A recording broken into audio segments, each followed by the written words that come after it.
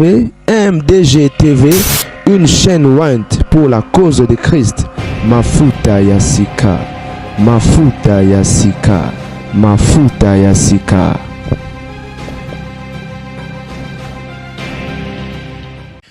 Et ça y est les amis, hein? Bon mois d'avril. Et non, c'est rétabli tout doucement. Pour constater, vous remarquez. Silence, hein?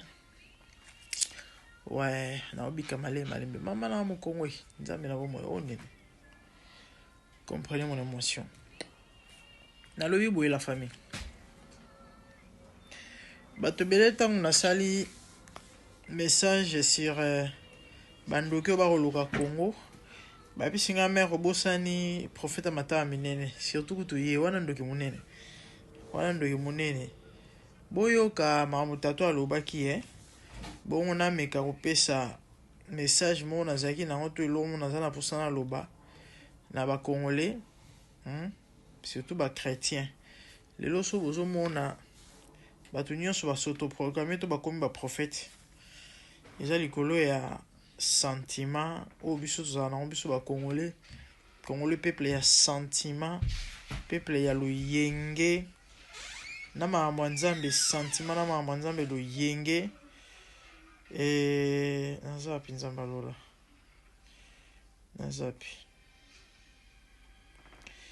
boka marambo prophète abishima lobaki après bongo to solola boyoka contre Jamaïque a que qualification mondiale RDC Apoli namoni Michel Bakenda kolela namoni ba prophète nyonso basakola ki victoire olela et ko finga surtout Michel Bakenda na moni penza bato ba finge makasi makambo na zolo beja ya solo bato ba fingi Michel Bakenda bato ba bandi même ko ba mabe pona Jésus alors bobi misa Jésus na makambo yo Jésus ayebi makambo yo ya match te consultation na sali Jésus mutayebi singa te na contacter ba ange ba guide na ngai ba guide ba ange spirituel ba yeba makambo wana nde ba yebisinga Jésus a na mission na ye asala isili alors ba ange ba monde ba koko révéler makambo ko mona lobi alors papa Michel na moni ozolela na Jésus ozolela Jésus atikio na moni penda mabe makasi alors naza pour contre Jésus te mais na moni penda ozolela ba ozoloba mabe ko na Jésus oui misa Jésus na makambo RDC Apoli dans la vision wana. RDC Apoli contre Bandeko. Bon, bat baolo kamboka. Au fait, au Congo, il y a des gens où baboua qui la mboka ba mauvais sort. Na domaine nyonso, na paramètre nyonso mboka avancé te et ba bata ko kanga ko tchana boloko. So na ABC bino match à lobby, je crois bato molimo vous avez santa ki ke match wana ils kilo spirituellement parlant mambo bele bando le ga bien te ba flèche bando beta mabota la ti ba ke boke la arbitre mbaso ouais wona boke la arbitre mbaso so na ebisi bino bato yo ba Ezekiel oyo ba avatar na ba prophète na bino ba kabbaliste oyo ba pesa ba prédiction négative ke to pour so na ebisi bino ke Babane ko travailler à l'encontre et à victoire Bondima. Ces gens travaillent pour tout pour là. Allez-y comprendre, mais ce sont des Congolais. Pourquoi? Pour babima ba grand prophète.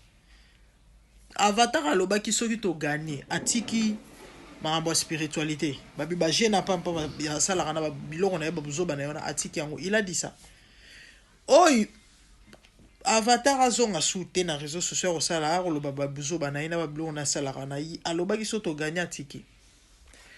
Oyo na ba élection premier mandat Fachi alobaka Shadari président so Shadari a gagné te a passé le bible atiki ko sambela mais si le lo continue au sa ba ventir na komba nzambe bon la mité mako bo changer nzambe bo ndimela Yesu nzamba solo au fait c'est ça vidéo on a ko sala ngo message on a besoin de César pour na bato oyo bakotombola Michel Bakenda, laissez les frères tranquilles. OK? Laissez Michel Bakenda tranquille. Bakenda, boyoki mamtato alobi ki amoni Michel Bakenda kolela na Jésus. Pourquoi? Simplement parce que Michel, c'est parmi ses frères au bazoki ba risque. Au kara moins populaire. Banganga o bandoki ba pesi ba prédiction négative. Alobi que non beaucoup misanzambe. 2 jours passés, Michel Bakenda postaki beaucoup misanzambe. Amoni RDC ko gagner ko kende na Coupe du Monde. Alobi a na voiture na zokumba, il a vu une vision comme ça. Amoni flash moko bongo que toko gagner. Alors pendant que je vous parle, na moni ba poster Bakenda partout. Ba romo benga e prophète. Arrêtez avec ça. Bon moni ba baby si Congo. Ba Congolais bango moko ba to sentiment, surtout ba chrétien. Ce muta loti ndoto ekokisami ba benge prophète. Ya mbo moni bane bela mike na Congo na ba komi ba prophète pona nini? Parce que ngomso alali a loti mama na bango akene wenza tutani. Linza kelongwe makile bimi ekokisami ba komi si mwana prophète. Famille me va comme benge prophète allez et lo kone kotier a comme prophète. Neti petio ero lo ba Dieu m'a dit. Arrêtez avec les Dieu m'a dit et faites très attention ça maza master motote. Pona nini? Parce que ba lotara bandoto moko ekokisamaka et du coup ba comme ba prophète. Nzambe Dieu parle à tout le monde, même ba pagano. Ezana ba ton sous ça chrétien ta sambela raté mais soit lotindo te kokisamaga. Aza prophète. Ezana don il y a songe, il y a vision ezalaka. Don un ministère paysanné. Que il est prophète, non pas parce qu'à l'autre bandoto mais parce qu'à bengama prophète. Nzamba si Jérémie depuis le bout maman na bengayo na pona pe na établissa yo prophète. Bakenda c'est un adorateur de Jésus, botika les frères, il n'est pas prophète, OK? Le fait qu'à mon qui vision, RDC gagné et que Kokisami ne fait pas de lui prophète. Bino ne boko baby sa ba frère bana batu boko comme ça bomi tout makasi. Frère Michel Bakenda va na yo va na yo. Au moins ra week-end au bando 5 sabatu.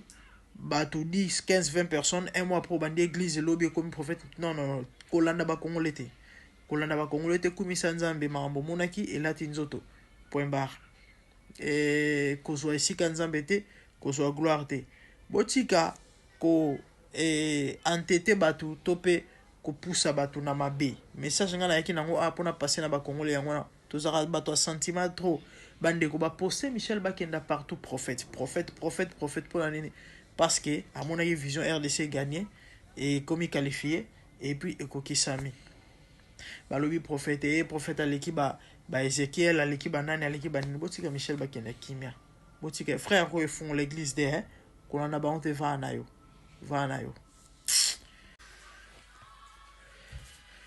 Salut la famille. Congolais, Congolaises. Chers distingués invités, mesdames et messieurs, je vous salue. Les amis, il est minuit 48. Match Sili. Grande ma joie. Vous savez quoi? Naza pour ça au la match ote. Na ligne au la on pété. Mais naza na kanda na journée.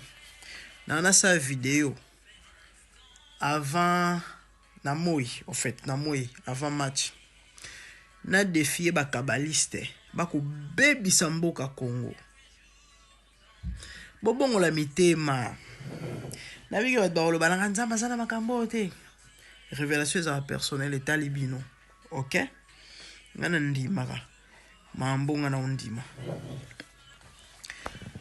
Avatar quelques semaines passées après ça il va prédiction na ya lokuta ye tika le muketo tumbanda kuna yo Avatar ba continuer to tumbanda kuna yo après ça va production na ya awa que to le kate to za qualifié te na moniko lokuta Avatar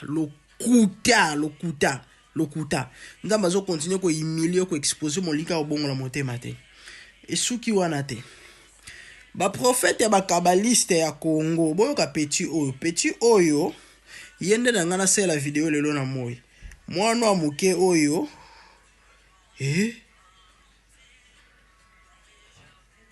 Jesus, ta mambo ezala na Congo.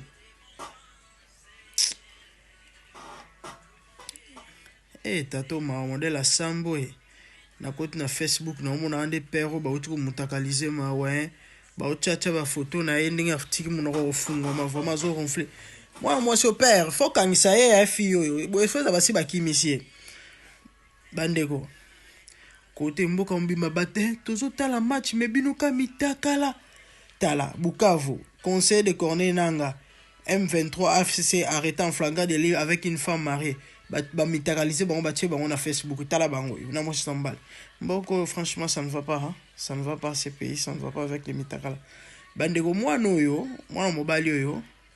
Yé pas monaki que Congo et Kopola. Nzambe mutala kisaki alobi nzambe mutu ala kisi bozela. Yeyo, yende peut-être na ngana ça l'émission. Petit. Moi na muke bon ba prophète à Congo. Ba nako bima. Nako bana makambo nzambe nako bana ko beba. Nako bana ko beba. Ba ke resource blo ba kabbaliste. Ba voyance par tâtonnement. Amoni rouge, nzo andezaki orange. Aye awanzamba tindi bozela. Dieu m'a dit que la RDC n'ira pas à la Coupe du Monde. Prenez ça comme vous voulez, mais la RDC ne sera pas qualifiée. Bonjour. Je suis Xavs Christ Premier Mbolo. Je suis serviteur de Dieu. Ceux qui me connaissent savent que je suis dans les sacerdoces il y a de cela beaucoup d'années. J'aimerais partager cette révélation que le Seigneur m'a montré aujourd'hui. Je fais ce rêve et je fais cette vision. J'aimerais le partager avec vous aujourd'hui. Sonia. La RDC va jouer contre la Jamaïque. Mais je fais cette vision pour vous dire que les choses sont tellement compliquées. Je pèse mes mots et j'insiste, les choses sont tellement compliquées. Encouragé, hein? Déjà, j'aime pas partager les révélations, mais celle-ci, j'aimerais les partager avec vous. Dieu m'a dit, sincèrement je l'ai dit, Dieu m'a dit que la RDC n'ira pas à la Coupe du Monde. Prenez ça comme vous voulez, mais la RDC ne sera pas qualifiée. Dieu m'a dit. Certes, on va vraiment, les Congolais vont tout donner, mais ils n'iront pas aux Coupes du Monde. Le Jamaïque viendra avec une force. Ils seront un peu normal, mais ils vont remporter ces matchs. Croyez-moi. Mettez cette vidéo en favori, retenez mon nom, suivez tous mes comptes, vous allez revenir, vous allez me dire que ce que tu avais dit c'était vrai. Dieu ne ment pas, je sais que c'est là. Beaucoup de Congolais vont m'attaquer, mais les Congolais, comprenez, ça c'est la révélation, la RDC n'ira pas au Coupe du Monde. Merci. Ceux qui vont suivre cette vidéo le matin, bonne journée à vous et que le Seigneur vous bénisse. Et viens nous expliquer ton Dieu t'a dit, hein? Et donc, Nzambe na yo... Awangani to pas changé, hein, bandeko. Chers serviteurs de Dieu, faites très attention avec Dieu m'a dit, hein. Faites très attention avec Dieu m'a dit. Et c'est sopa, hein, c'est vraiment son pas, petit frère. T'as la bino de bolanda bokenda, kuna bokenda asuste tala. Nde mo abetenga lisolo. Tata mo asala crise. Na Angola, voilà. Asali crise. Bino boyeba Congolais bazana habitude so muto bel faut benga pasteur. Mais benga moi c'est que benga pasteur na parce que tata na ndoki na église te bande pasteur wana a imposé tata lo bo la sambela neka normal tabat ba mo zonza me masana bango soki nzambo yebinga soki nga na mosali no yebinga tato abika ala muka kufate bande ko père adaya père adaya. Ce qu'on t'a conclu, c'est un zamba ebiete. C'est un zamba benga yete. Basala nzambe, nzambe. D'abord kota kuna. Bandeko. Botu nani. Kande na auto ibisa bino. Nangana na match ote. Na eba écoute peut-être que match ça.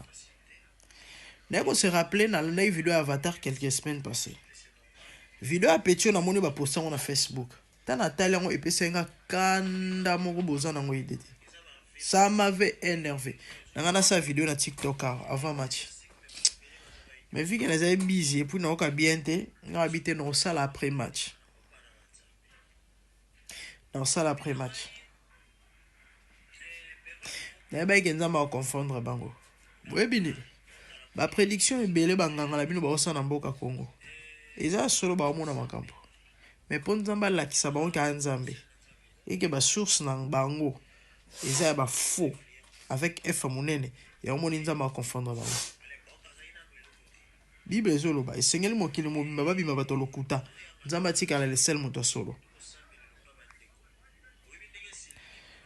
Kabale baby simboko yo donc Congo ba prophète ba maché banini ba kabbaliste na ba kabbaliste ba omeka ba voyance na bango na ba prédiction machin tout ça to ebi bango epi to ebi ba jewana ndelo epesenga kanda dans la kanisi avatar Nathalie Petio ça m'avait énervé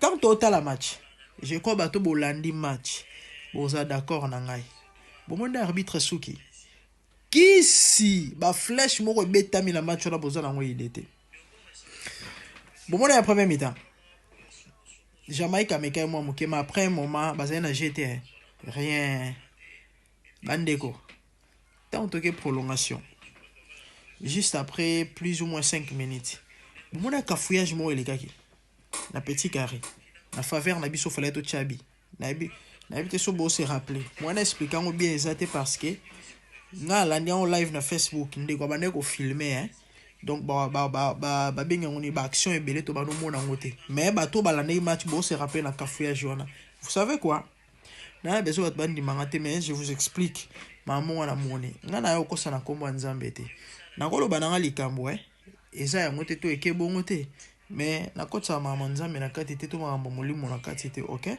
toi la biso bato bomoni lo wele na cafouillage wana j'ai vu des élastiques ba benga ngoni ba caoutchouc na moni ba caoutchouc na makolo ba joueur yango moni ta bazo tirer moye balé kendezate bato balanda live nanga ma Pauline na pesio mbote mto partager la biso live aroyeba mamna oloba na komi na commentaire nga bita bakangi ba makolo yebu to lobi to longola ba singa ngonga biso ba intercéder nzamba zo kama bandaka action wana ti na ndenge match sili je ne faisais que parler en langue na bi ke bat bo se karabino obondi mama nzambe te etali bino je ne faisais que parler en langue ça fait rababa et mara mo petit ça fait rababa ikere be chendere be ko ti souka je ne faisais que parler en langue et na ba ke to gagner nazaki rassuré tango lo kwane leki et ça là 10 minutes te pas to chebi bomone ba ngaba boyebi wana bitumbe zaki na match ya osarana te mais Jésus gagne toujours après 50 ans bandoki batu kabaliste to ko tumba bino na mboka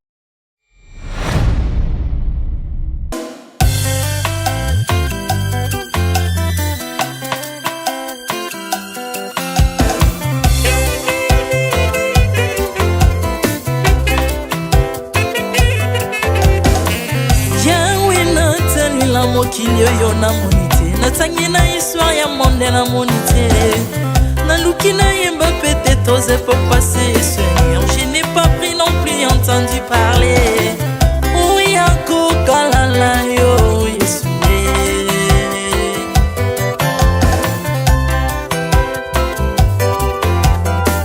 même na domaine ya sorcellerie nationale atana oyo ya international papa na yo kisangwa banzamba mokili yo mopota kufa se kwa lokola yo Yesu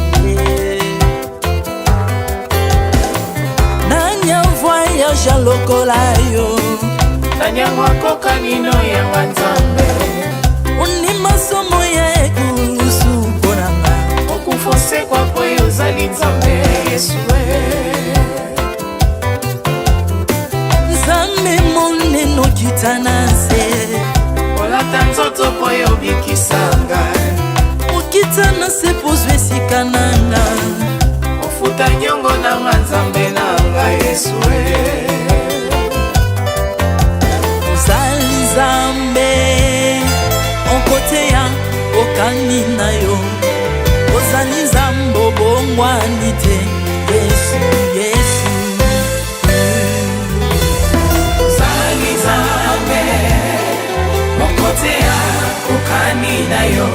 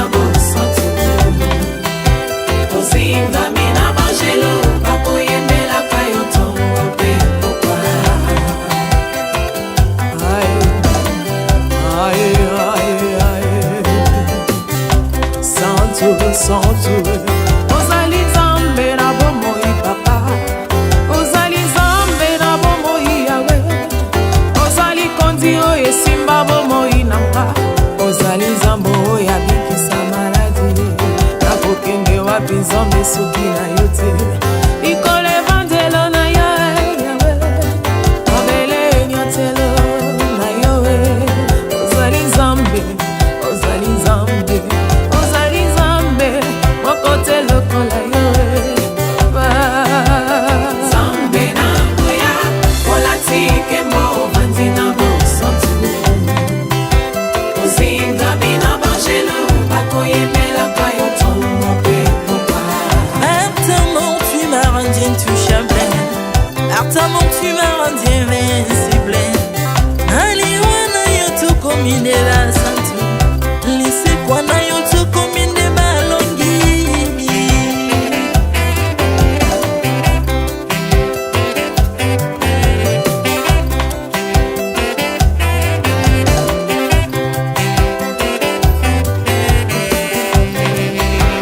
nzambe na ngoya olatike mo vandi na bosantu ozinga bina bangelo bakoyemelaka yo ntongo mpe popa nzambe na ngoya olatike mo vandi na bosantu ozinga bina bangelo bakoyemelaka yo ntongo mpe popa Autrefois ngai nazalaki binzo ndoki akolianga lolenga lingi, mais par son son na se métamorphosé osimingo sangwe maladie na miso olengo bebi naza toxique grâce à lui.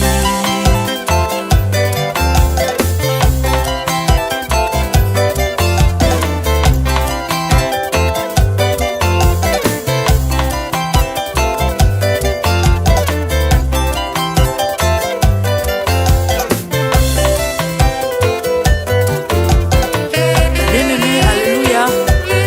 ezali na tata moko azalaki nzambe ntango akufi badepsine balobi keno akosekwa mpo nzambe bakristo basekwa alors mpo bafasilite lisekwa na ye bakunda ye motu libanda mpo ntango akolamuka abimaki elingala moko mais comme nzambe na biso alinga kokambola gloire na moto te lobi nango na ntongo baya kokuta bangulu basepelisa motu ya nzambe na bango yango bien-aimé bato wana bakoma oyo biso toliaka ngulu te mpo milimo mabe ekotaka na ngulu mais soki bino boliaka ngulu te mpo milimo mabe ekota na ngulu bomelaka mai te mpo milimo mabe ekotaka na mai yango tokumisa nzambe po akufa asekwa avandi na ngulu